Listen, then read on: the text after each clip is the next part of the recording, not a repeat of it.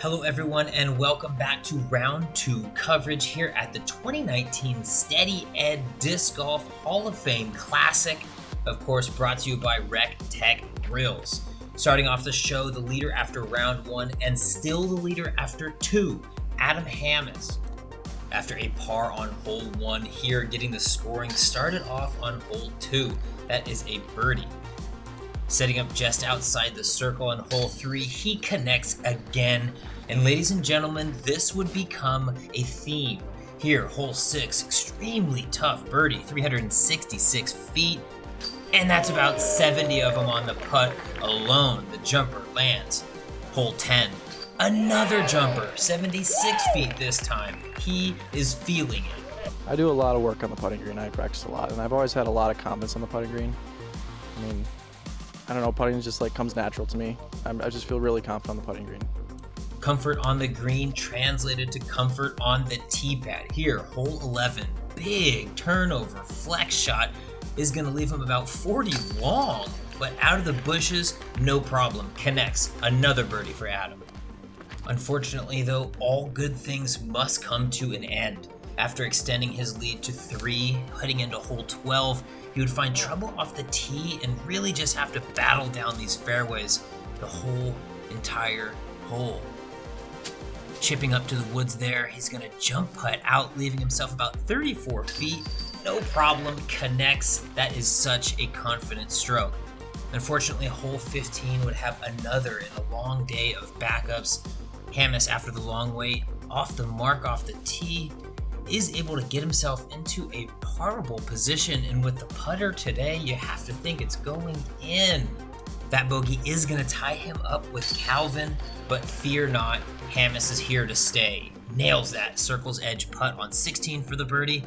Hole 17 now, the gauntlet, the cathedral. It doesn't matter what cute name you give it, the horrors remain. It is such a tough hole, but don't tell Hammes that. Drains the birdie, looking to get hot late. Puts himself in another birdie position on 18 and is going to maintain that lead, one stroke over Calvin. I like the position I'm in. I don't think I've been in position to win a big tournament like this ever. Wintertime, but it's not an NT caliber. So this is my first time that I have a chance to win a big tournament. I'm really excited about it. As I mentioned before, the man chasing him down, Calvin Heinberg, would get his scoring started off hole 4 here. Par 3, 327, does drop in that easy peasy 2. It would be an up and down start though for Heinberg, hole 5 off the mark, and that is not a hole you want to miss. Pretty much pitching straight out is going to have to settle with that bogey 4. Looking to keep pace with Hammes, that is not how you do it, but this is the streak you want. Hole 9, 10, now 11, 3 straight birdies. You're feeling good. Hole 12, 4 straight birdies. Hole 13, from outside the circle, fret not. That one's in, 5 in a row. Now, hole 14. We've seen it eagled before, but not once yet this tournament. Calvin goes eagle off the tee around the corner. Now, sidearm. This is a well-rounded hole for Calvin. About 27 feet, does knock in the eagle. 7 down through 6 holes is going to bring him all the way back to within 1. Yeah, I just started throwing clean drives through the fairways and didn't leave myself with too much putting. I made a good putt here on 13, and I guess that was the only one outside the circle, but there's some other ones that were probably halfway decent at least. But yeah, I don't know, just a little bit of anger, wanting to keep up with the rest of the card. Heinberg would slow down late though, parring 15, 16, and 17, but here on 18 would manufacture himself a birdie, leaving him 1 stick back of Hammes. Now, Calvin's other big win, Vegas, he was up 6. This final round is going to have a distinctly different feel with him chasing rather than leading.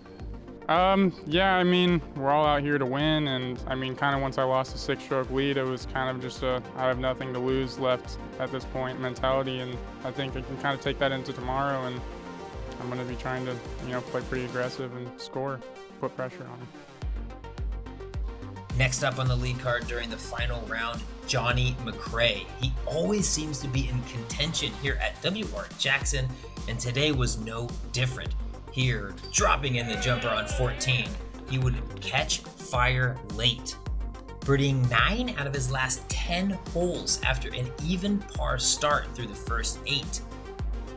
Johnny would tap in his birdie on 18 and putting him on lead card, joining this man, Mr. James Conrad, your most recent United States champion.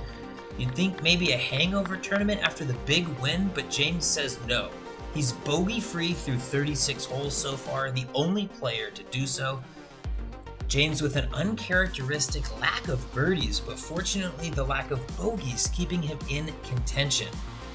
James was 2 strokes off lead card entering 18, but he was determined, hammering that PD2 into a perfect position. James knows how important it is to get on coverage in today's day and age. Here with the DX Rock 3, throwing that hyzer flip beautifully, the footwork, just wonderful stuff. James now stands 27 feet from what the people want to see, and that is more Conrad in the woods. Knocks it in, an eagle to finish this round, and propelling him onto a lead card appearance during the final round here at the Hall of Fame Classic.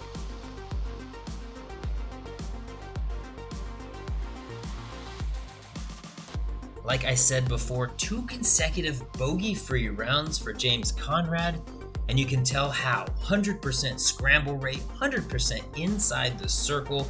That is a recipe for success. Checking out our leaderboard, entering that final round, you heard about the lead card. Chris Dickerson, though, Simon Lizotte, Joel Freeman, and Nico LaCastro are going to be on that chase card. Thank you so much for following along, and I encourage all of you to check out all content produced at the 2019 Hall of Fame Classic.